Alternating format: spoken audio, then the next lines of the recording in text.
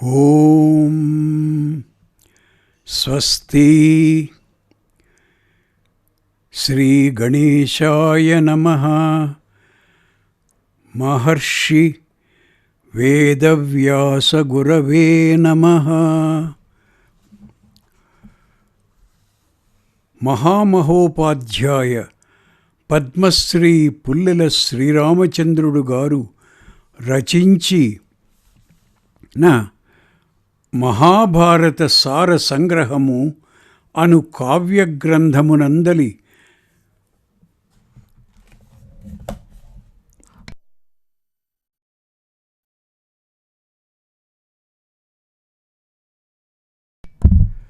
వనపర్వము చదువుచున్నది జంగా కృష్ణమూర్తి. సౌభ విధ్వంస వృత్తాంతం. తాను ద్వారకలో లేకపోవడానికి కారణం శ్రీకృష్ణుడు సవిస్తరంగా చెప్పాడు. యుధిష్ఠిరా, నీవు రాజసూయ యాగం చేసినప్పుడు నేను శిశుపాలుణ్ణి వధించాను కదా. అది విని శాల్వుడు ద్వారవతీపురిని 4 వైపుల నుండి ముట్టడించాడు. ఆకాశ మార్గాన్ని ఆకాశం మీద సంచరించే సౌభం అను పురంతో కప్పివేసి యుద్ధం చేశాడు. ద్వారకావతిలో అప్పుడు చాలా కట్టుదిట్టమైన రక్షణానికి సంబంధించిన అన్ని ఏర్పాట్లు చేయబడి ఉన్నాయి. ఆ నగరాన్ని రక్షిస్తూన్న ఉగ్రసేన ఉద్ధవాదులు నగరంలో ఎవ్వరూ కూడా మద్యం సేవించకూడదు అని చాటించారు. ఎందువల్ల అనగా ఆ మద్యం మత్తులో ఉన్నవాళ్లపై శత్రువు అనాయాసంగా దాడి చేసి కొట్టివేయవచ్చును కదా. అఘోషితం చ నగరే నా పాతవ్యా సురేతి వై ప్రమాదం పరిరక్షద్భిరుగ్రసేనో ధవాదిభిః ప్రమత్తేష్వభిఘాతం హి కుర్యాచ్ఛాల్వో నరాధిపః. వనపర్వము 15, 12, 13. నట నర్తక గాయకాదులనందరినీ నగరం నుండి బయటికి పంపివేశారు. వంతెనలన్నీ విరగగొట్టించారు. నావల సంచారం నిషేధించారు. పరిఖలు లోతుగా తవ్వించారు. చుట్టూ క్రోశుడు దూరం భూమి అంతా గోతులు కొవ్వలు తవ్వించారు. ఈ విధంగా అనేక రక్షణోపాయాలు చేసి రాజముద్ర వేసిన అనుమతి పత్రం లేకుండా నగరంలోనికి జనులు రాకపోకలను నిషేధించారు.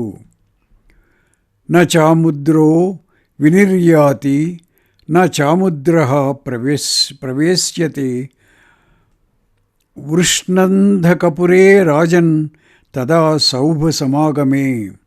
వనపర్వము 15, 19.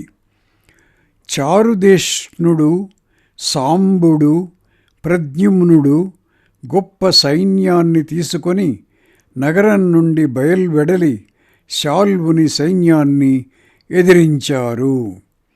జాంబవతి పుత్రుడైన సాంబుడు క్షేమవృద్ధి అను సేనానాయకుణ్ణి తరిమి కొట్టి తన పైకి వచ్చిన వేగవంతుడను దైత్యుణ్ణి సంహరించాడు. చారుదేష్ణుడు రుక్మిణి కుమారుడు వివింధ్యుడను దానవుణ్ణి సంహరించాడు. శాల్వుడు ఇష్టం వచ్చినట్లు నడిచే ఆ సౌభాన్ని ఎక్కి తిరిగి యుద్ధభూమికి వచ్చాడు. ద్వారకలో ఉన్న సైన్యం అంతా చల్లా చెదరైపోయింది. అప్పుడు ప్రద్యుమ్నుడు శాల్వుణ్ణి ఎదుర్కొన్నాడు. శాల్వుని బాణఘాతానికి ప్రద్యుమ్నుడు మూర్ఛపోయాడు. సారథి ప్రద్యుమ్నుని రథాన్ని రణరంగం నుండి దూరంగా తీసుకొని పోయాడు.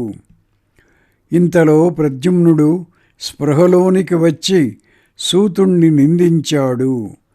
నిన్ను రక్షించడం కొరకై అలా చేశానని అతడు చెప్పినా అతనికి తృప్తి కలుగలేదు. మళ్ళీ యుద్ధరంగంలో ప్రవేశించాడు. శాల్వునితో యుద్ధం చేసి వానిని సంహరించడానికై అమోఘమైన అస్త్రం ప్రయోగించడానికి సిద్ధమయ్యాడు. ఇంతలో దేవతలు పంపగా నారదుడు వచ్చి ప్రద్యుమ్నునితో, ఇప్పుడు నీవు వీనిని చంపకూడదు, ఇతడు కృష్ణుని చేతిలో మరణించవలసి ఉన్నది, ఈ అస్త్రం ఉపసంహరింపుము అని చెప్పగా ప్రద్యుమ్నుడు ఆ అస్త్రాన్ని సంహరించాడు. ప్రద్యుమ్నుని చేతిలో పరాజితుడైన శాల్వుడు సౌభం ఎక్కి సైనికులతో కలిసి ద్వారకను విడిచి వెళ్ళిపోయాడు. నీ రాజసూయ యాగం పూర్తి అయి నేను ద్వారకకు తిరిగి వచ్చేసరికి ఆ నగరం అంతా శోభావిహీనంగా ఉంది. విషయం తెలుసుకొని నేను వెంటనే శాల్వుణ్ణి సంహరించడానికి మార్తకావతం చేరాను. శాల్వుడు సౌభం ఎక్కి సాగర సమీపానికి వెళ్ళాడని తెలిసి వానిని వెంబడించాను. శాల్వుడు సౌభం ఎక్కి సముద్ర కుక్షిలో ఉన్నాడు. నన్ను చూడగానే యుద్ధానికి తలబడ్డాడు. మాయాప్రయోగం చేతనే త్రిప్పికొట్టి నేను అనేక దైత్యులను సంహరించి సౌభం నుండి సముద్రంలో పడవేశాను. అయితే శాల్వుడు విజృంభించి మాయాప్రయోగంతో అనేక విధాలైన ఆయుధాలను ప్రయోగించాడు. నా సారథి దారుకుడు ఏదో విధంగా ఉండాలి కదా అని నిలిచి ఉన్నాను, నేను ఇంక నిలబడలేను అన్నాడు. అతని శరీరం అంతా బాణాల దెబ్బలతో తూట్లు పడి ఉంది. నేను అతనికి ధైర్యం చెబుతున్నాను. ఇంతలో ద్వారక నుండి ఒక పురుషుడు వచ్చి, నేను అహుకుడు పంపగా వచ్చాను, నువ్వు ఇక్కడ ఈ యుద్ధంలో ఉండగా శాల్వుడు ద్వారకకు వచ్చి నీ తండ్రి వసుదేవుణ్ణి వధించాడు. నీవు వెంటనే వచ్చి ద్వారకను రక్షించుకోవాలి అని ఆహుకుడు నీతో చెప్పమన్నాడు అని ఆ పురుషుడు నాతో దుఃఖిస్తూ చెప్పాడు. అది వినగానే నాకేమి చెయ్యాలో తెలియలేదు. సాత్యకిని, బలరాముణ్ణి, ప్రద్యుమ్నుణ్ణి మనస్సులో నిందించాను. వీళ్ళందరూ జీవించి ఉండగా నా తండ్రిని ఎవరూ చంపజాలరు కదా, వీళ్ళు కూడా వధింపబడ్డారేమో అను సంశయం నా మనస్సులో కలిగింది. సర్వ వినాశం జరిగి ఉంటుంది అని అనుకుంటూనే నేను శాల్వునితో యుద్ధం కొనసాగించాను. అప్పుడు సౌభం నుంచి మా తండ్రి కిందికి పడిపోతున్నట్లు కనపడ్డాడు. అతని జుట్టు, వస్త్రాలు చెదరి ఉన్నాయి. అది చూడగానే శారంగధనుస్సు నా చేతిలో నుండి జారిపోయింది. నేను రథం మధ్య కూర్చుండిపోయాను.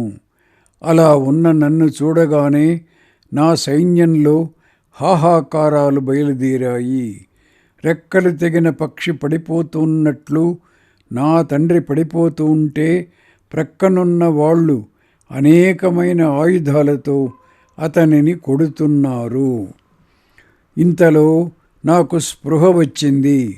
ఎదుట చూచేసరికి అక్కడ సౌభం గాని, శత్రువు గాని, నా తండ్రి గాని కనపడలేదు. అప్పుడు ఇదంతా మాయ కదా అని గ్రహించి నేను మళ్ళీ బాణవర్షం కురిపించాను. శాల్వుడు మాయాబల ప్రయోగం చేశాడు.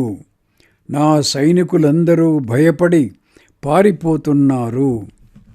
అప్పుడు దారుకుడు, దురాత్ముడైన వీనిని ఉపేక్షించవద్దు, శీఘ్రంగా వీని సౌభాన్ని నశింపచెయ్యి అని నన్ను ప్రోత్సహించాడు. అప్పుడు నేను ఆగ్నేయాస్త్రం మేళవించి సుదర్శన చక్రాన్ని ప్రయోగించాను. రుద్రుని బాణం చేత ఛేదింపబడిన త్రిపురాల వలె సౌభం మధ్యకు బ్రద్దలై కింద పడింది. దానిలోని దానవులందరూ మరణించారు. గద ప్రయోగించి శాల్వుణ్ణి సంహరించాను. ద్వారకకు తిరిగి వచ్చి బంధువులనందరినీ ఆనందింపజేశాను. ఆ విధంగా నేను దూరంగా ఉండడం చేత మీ ద్యూత వృత్తాంతం నాకు తెలియలేదు. తెలిసినట్లయితే నేను వచ్చి ద్యూతం నిలిపివేసేవాడిని, లేదా దుర్యోధనుని పరిమార్చేవాడిని. శ్రీకృష్ణుడు ఈ విధంగా పాండవులకు ధైర్యం చెప్పి వాళ్ళ అనుమతి తీసుకొని సుభద్రను, అభిమన్యుణ్ణి రథం మీద కూర్చొండబెట్టుకొని ద్వారకకు తిరిగి వెళ్ళాడు. దృష్టద్యుమ్నుడు ద్రౌపదీపుత్రులను 5 తీసుకొని తన నగరానికి వెళ్ళాడు.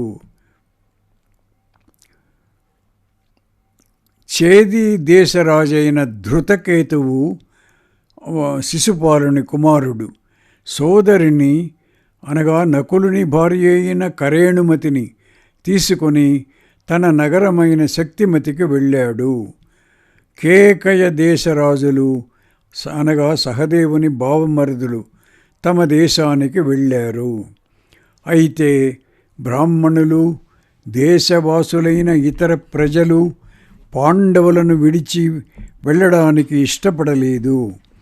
పాండవులు కామ్యకవనం నుండి ద్వైతవనానికి వెళ్ళడానికై రథాలు సమాయత్తం చేశారు. తలుపు మూసేవి. తమతో ఉన్న ధనం అంతా అక్కడనున్న వారికి పంచిపెట్టారు. 20 మంది ప్రేష్యులు అనగా నౌకర్లు శస్త్రాస్త్రాలు తీసుకొని ద్వారకకు వెళ్ళిపోయారు.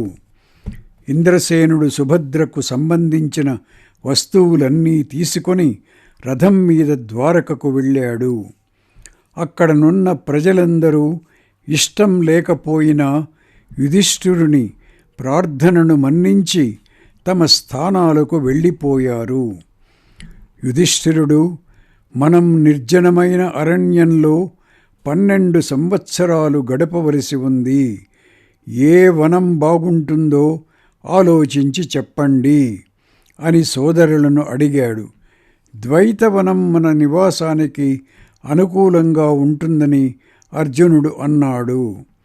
పాండవులందరూ కొందరు బ్రాహ్మణులు వెంటరాగా ద్వైతవనం చేరి అక్కడ నివసించారు.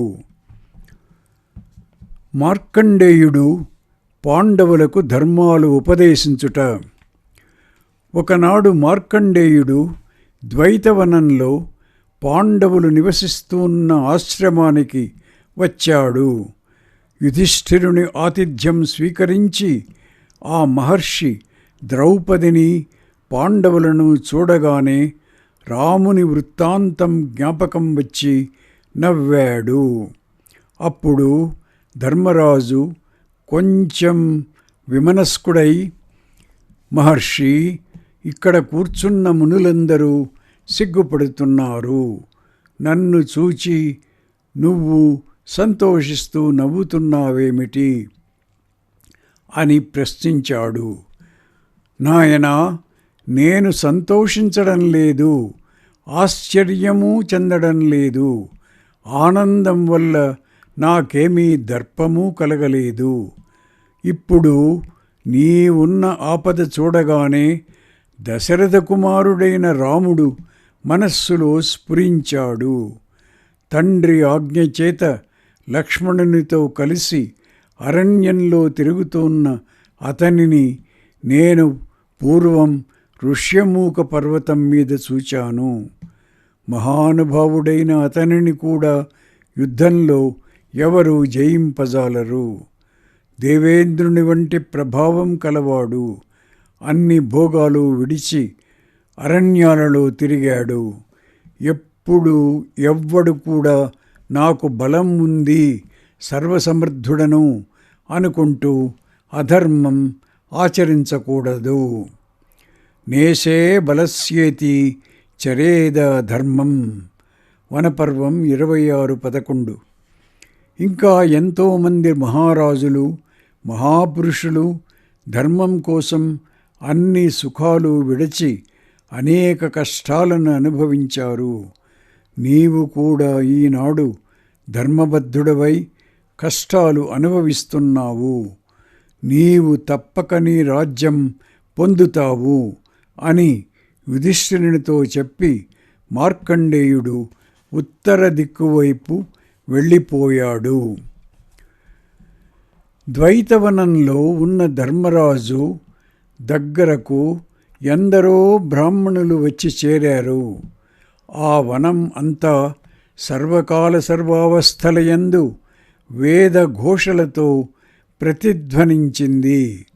దానితో పాటు పాండవులు ధనుస్సులు లాగినప్పుడు కలిగే జాఘోషతో కూడా ఆ వనం మారుమ్రోగుతున్నది.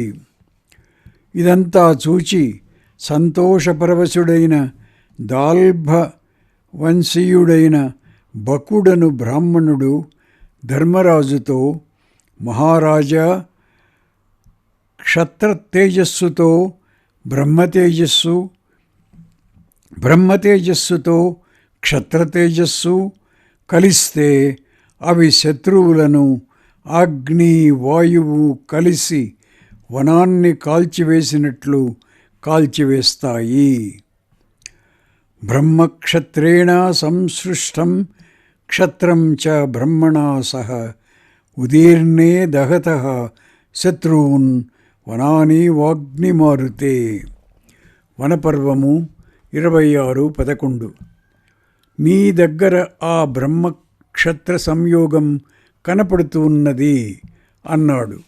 ఆ మాటలు విని అక్కడ ఉన్న వారందరూ బకమునిని స్తుతించారు. ద్రౌపది పాండవుల ఎదుట తన దుఃఖాన్ని వ్యక్తీకరించుట. కష్టాలను ఏకరువు పెట్టి దుఃఖించసాగింది. యుధిష్ఠిరునితో ఇలా అంది: మనకిన్ని కష్టాలు కల్పించిన ఆ ధార్తరాష్ట్రుడు ఎంత పాపాత్ముడు.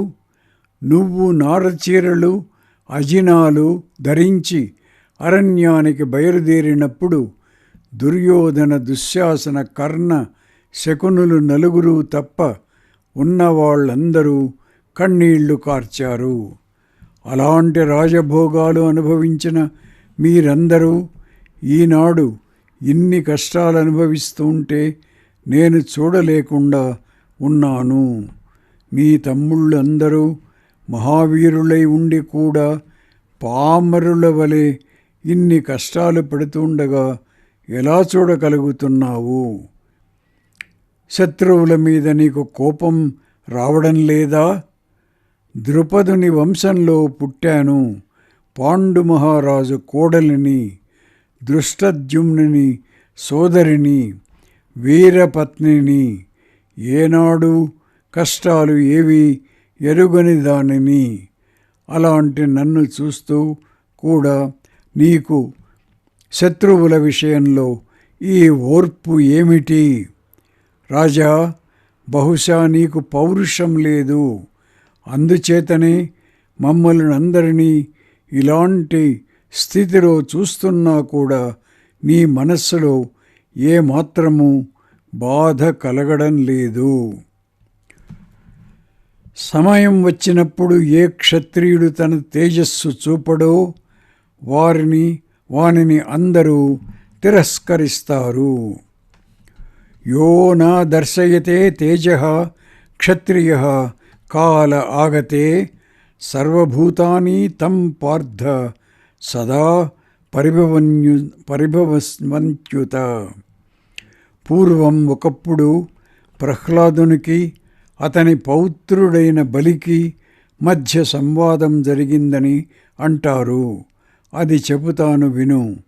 క్షమ మంచిదా లేక తేజస్సు అనగా బలం ప్రయోగించడం మంచిదా అని బలి ప్రహ్లాదుణ్ణి అడిగాడట. దానికి సమాధానం చెబుతూ ప్రహ్లాదుడు ఇలా అన్నాడు: నాయనా, ఎల్లప్పుడూ తేజస్సే చూపడం కానీ ఎల్లప్పుడూ క్షమయే అనగా ఓర్పే గాని మంచిది కాదు. నా శ్రేయ సతతం తేజో నా నిత్యం శ్రేయసి క్షమా ఇది తాత విజానీహి ద్వయమేత సంశయం. వనపర్వము 28:6. క్షమ క్షమ అంటూ కూర్చున్న వానిని అందరూ లోకువ కడతారు. నౌకర్లు, పుత్రులు, భృత్యులు కూడా కటువుగా మాట్లాడుతారు. భార్యలు కూడా స్వేచ్ఛగా ప్రవర్తిస్తారు. ప్రభువైన వాడు దండించకపోతే అందరూ యథేచ్ఛగా దుష్కార్యాలు చేస్తారు. క్షమావంతుణ్ణి అందరూ అనాదరంతో చూస్తారు. అనాదరం మరణం కంటే కూడా చెడ్డది. అవజ్ఞానం హి లోకేऽస్మిన్ మరణాదపి గర్హితం. వనపర్వము 28:12. అలా అని ఎల్లప్పుడూ తేజస్సే చూపిస్తే మిత్రులు కూడా శత్రులవుతారు. నీతి విరుద్ధంగా దండం విధించేవాడు స్వజనానికి కూడా దూరం అవుతాడు. ప్రాణాపాయం కూడా పొందుతాడు. అందుచేత తేజస్సును అతిగా చూపకూడదు. నిత్యము మృదువు కానీ కూడా ఉండకూడదు. సమయానుసారంగా మృదువుగా ఉండాలి. తీక్షణంగా కూడా ఉండాలి. సమయాన్ని బట్టి మృదువుగాను దారుణంగాను ఉండేవాడు ఇహలోకంలోనూ పరలోకంలోనూ కూడా సుఖవంతుడు అవుతాడు. తస్మాన్నాత్యుత్సృజేత్తేజో తేజో నా చ నిత్యం మృదుర్భవేత్. కాలే కాలే తు సంప్రాప్తే మృదుస్తీక్ష్ణోపి నా భవేత్ వా భవేత్. కాలే మృదుర్యో భవతి కాలే భవతి దారుణః స వై సుఖమవాప్నోతి లోకే ముష్టినిహైవ చ. వనపర్వము 28, 23, 24. అయితే ఎవరి విషయంలో క్షమ చూపాలో చెబుతాను విను. నీకెవడైనా పూర్వం మంచి ఉపకారం చేసి అంటే అతడిప్పుడు పెద్ద అపరాధం చేసిన వానిని వెనుక చేసిన ఉపకారాన్ని పట్టి క్షమించాలి. పూర్వోపకారీ యస్తే స్యాదపరాధే గరీయసి ఉపకారేణ తత్తస్య క్షంతవ్యం అపరాధినః. ఎవరైనా సరిగా ఆలోచించకపోవడం చేత అపరాధం చేసినా వాళ్ళని క్షమించాలి. లోకంలో అందరికీ పాండిత్యం, ఆలోచన శక్తి ఉండదు కదా. అబుద్ధిమాశ్రితానాం తు కంతవ్యం అపరాధినాం నాహి సర్వత్ర పాండిత్యం సులభం పురుషేణ వై. వనపర్వము 28, 27. అదేవిధంగా అజ్ఞానం చేత అపరాధం చేసిన వాళ్ళని కూడా బాగా పరీక్షించి క్షమించాలి. అజానతా భవేత్ కశ్చిదపరాధః కృతో యతి క్షంతవ్యమేవ తస్యాహుః సుపరీక్ష పరీక్షయా. వనపర్వము 28:30. కావాలని అపరాధం చేసి ఆలోచించకుండా చేశాను అని చెప్పే కపట స్వభావులను వాళ్ళ అపరాధం స్వల్పమే అయినా శిక్షించాలి. అథ తేద్బుద్ధిజ్యం చేద్బుద్ధిజం కృత్వా బ్రూయస్తే తదబుద్ధిజం పాపాన్ స్వల్పే పి తాన్ హన్యాదపరాధే తథా నృజూన్. వనపర్వము 28:28. ఎవరినైనా ఒక్క అపరాధానికి క్షమించవచ్చును. అదే అపరాధం రెండవ మాటు చేస్తే అది అల్పమే అయినా వానిని వధించాలి. సర్వస్వైకోపరాధస్తే క్షంతవ్యః ప్రాణినో భవేత్ ద్వితీయే సతి వధ్యస్తు స్వల్పే అప్యపకృతే భవేత్. దేశకాలాలను తన బలబలాలను కూడా బాగా పరీక్షించి అపరాధిని క్షమించాలి. ఒక్కొక్కప్పుడు లోకానికి భయపడి కూడా అపరాధిని క్షమించాలి. ఇది ప్రహ్లాదుడు బలికి చేసిన ఉపదేశం. రాజా, నిరంతరము అపకారాలే చేస్తున్న కౌరవుల విషయంలో క్షమ చూపవలసిన పని లేదు. ఇది నీ తేజస్సును చూపవలసిన కాలం. తేజస్సు చూపించు. యుధిష్ఠిరుడు కోపాన్ని నిందిస్తూ క్షమను ప్రశంసించుట. ద్రౌపది మాటలు విన్న యుధిష్ఠిరుడు ఆమె కోపావేశాన్ని శమింపజేయడానికి ప్రయత్నిస్తూ ఇలా అన్నాడు. పాంచాలి, కోపం చాలా చెడ్డది.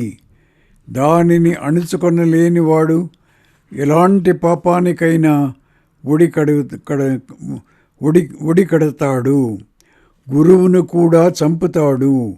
కోపించినవాడు పరుషమైన మాటలతో పెద్దవాళ్లను కూడా అవమానిస్తాడు. క్రుద్ధః పాపం నరః కుర్యాత్ క్రుద్ధో హన్యాద్ గురూనపి. క్రుద్ధః పరుషయా వాచా శ్రేయసో అప్యవమన్యతే. వనపర్వం 29:4. కోపావేశంలో ఉన్నవాడు ఏది మాట్లాడవచ్చునో ఏది మాట్లాడకూడదో తెలుసుకొనడు. వానికి చేయకూడని పని ఉండదు, పలకకూడని మాట ఉండదు. వాచ్యావాచ్యే హి కుపితో నా ప్రజానాతి కర్హిచిత్. నా కార్యమస్తి క్రుద్ధస్య నా వాచ్యం విద్యతే తథా. ప్రతి ఒక్కడూ శమం అలవరుచుకోవాలి. శమం లేకపోతే పుత్రులు తండ్రులను చంపుతారు, తండ్రులు పుత్రులను చంపుతారు, భర్తలను భార్యలు చంపుతారు, భార్యలను భర్తలు చంపుతారు. హన్యుర్హి పుతరః పుత్రాన్ పుత్రాశ్చాపి తథా పితॄన్ హన్యుశ్చ పతయో భార్యాః పతిన్ భార్యాస్తథైవ చ. వనపర్వం 29:28. ఎన్ని ఆపదలు వచ్చినా ఓర్పు వహించాలి. క్షమ పుణ్యహేతువు. పితామహుడైన భీష్ముడు, కృష్ణుడు, ఆచార్యుడు, విదురుడు, కృపుడు, సంజయుడు, మా పితామహుడైన వ్యాసుడు అందరూ కూడా శ్రమమే కోరతారు. వీళ్ళందరూ బోధించగా ధృతరాష్ట్రుడు మన రాజ్యం మనకియ్యవచ్చును అని నేను అనుకుంటున్నాను. లోభం చేత ఇవ్వకపోతే నశిస్తాడు. భరతవంశీయులకు నశించే కాలం మూడింది. సుయోధనునికి రాజ్యం పొందే అధికారం లేదు. అందుచేతనే అతడు ఓర్పు లేకుండా ఉన్నాడు. నాకు రాజ్యం మీద అధికారం ఉంది, అందుచేతనే నేను ఓర్పుతో ఉన్నాను. సుయోధనో నార్హతీతి క్షమామేవం నా విందతి అర్హస్తత్రాధ మిత్యేవం తస్మాన్నాం విందతే క్షమా. వనపర్వము 29:50. యుధిష్ఠిరుడు క్షమా క్షమా అంటుంటే బహుశా ద్రౌపది కోపం పట్టలేకపోయింది. తాత ముత్తాతలు నడిచిన మార్గంలో నడవవలసిన నీ బుద్ధిని మరొక విధంగా మార్చివేసి మోహం కలిగేటట్లు చేసిన ఆ విధాతకి నమస్కారం. ప్రాణులు తమ తమ కర్మలను బట్టి మాత్రమే వేరు వేరు మార్గాలలో విడుతూ ఉంటారు. అందుచేత కర్మలే నిత్యమైనవి. వాటి నుండి ఎవరైనా మోక్షం కోరుకుంటే అది లోభం మాత్రమే. ధర్మం చేత కానీ, మంచితనం చేత కానీ, ఓర్పు చేత కానీ, రుజుత్వం చేత కానీ, దయ చూపడం చేత కానీ ఎవ్వరూ ఎక్కడా కూడా సంపదలు పొందజాలరు.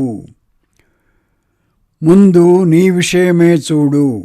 అన్ని ధర్మాలు చేస్తూ, ఇన్ని యజ్ఞాలు చేస్తూ, వేల మందికి భోజనాలు పెడుతూ కాలం గడుపుతున్న నీకు ఏమి సుఖం లభించింది? ఇంత ధర్మాత్ముడవైన నీకు ఈ జూత వ్యసనం ఎలా వచ్చింది? దీనితో మాతో సహా సర్వస్వము పోగొట్టుకున్నావు కదా. ప్రాణులకు సుఖదుఖాలను ఇచ్చేది బ్రహ్మదేవుడే. ధర్మం వల్ల ఏమీ ప్రయోజనం లేదు. ధర్మో రక్షతి రక్షితః అంటుంటారు కదా. నిన్ను ధర్మం ఏం రక్షించింది? తత్వదర్శులైన వాళ్ళు చెప్పినదొకటి, జరిగేదొకటి. దేవుడు అన్నీ మార్చేస్తుంటాడు. ఒక ప్రాణితో మరొక ప్రాణిని హింసిస్తాడు. ప్రాణుల విషయంలో దేవుడు తల్లిదండ్రులు ప్రవర్తించినట్లు ప్రవర్తించడు. తన ఇష్టం వచ్చినట్లు ద్వేషంతో ప్రవర్తించినట్లు ప్రవర్తిస్తాడు. శీలవంతులు, సిగ్గు బిడియము ఉన్న ఆర్యులు అనగా మంచివాళ్ళు తిండి కూడా లేక బాధపడుతుంటే చెడ్డవాళ్ళందరూ సుఖంగా ఉండడం చూచి నా మనస్సు క్షోభం చెందుతుంది. ఆర్యాన్ శీలవతో దృష్టా హ్రీమతో వృతికర్షితాన్ అనార్యాన్ సుఖినశ్చైవ విహ్వలామీవ చింతయా. నీకు ఆపదలు రావడాన్ని, సుయోధనునికి సమృద్ధి కలగడాన్ని చూచి ఈ విధంగా విషమంగా చూచే దేవుణ్ణి నిందిస్తాను. అలాంటి పాపాత్మునికి ఐశ్వర్యం ఇచ్చిన దేవునికి ఏమి ప్రయోజనం కలుగుతుంది? చేసిన కర్మ కర్తకే చెందుతుంది, మరొకరికి చెందదు అని అంటే దుర్యోధనాదులు చేసిన పాపకర్మకు ఫలం అనుభవించడం లేదు. కావున పాపకర్మ దేవునికే చెందుతుందని అంగీకరించాలి. కర్మకర్తను బాధించదు అని అంటే అందుచేతనే దుర్యోధనాదులు కష్టాలు అనుభవించడం లేదు అంటే అప్పుడు సుఖదుఖాలు కలిగేది కర్మ వల్ల కాదు, బలాబలాలను బట్టి మాత్రమే అన్నీ చెప్పినట్లయింది. అట్లయితే దుర్బలుల విషయంలో నాకు జాలి కలుగుతున్నది. ఎందుచేతననగా బలవంతుడిదే రాజ్యం అని చెప్పినట్లయింది. కర్మ చేత్కృతమన్వేతి కర్తారం నాణ్యం మృచ్చతి కర్మణా తేన పాపేన లిప్యతే నూనమిస్మీశ్వరః అథ కర్మకృతం పాపం న చేత్ కర్తారం మృచ్చతి కారణం బలమేవేహ జనాన్ శోచామి దుర్బలాం. వనపర్వము 30, 42, 43.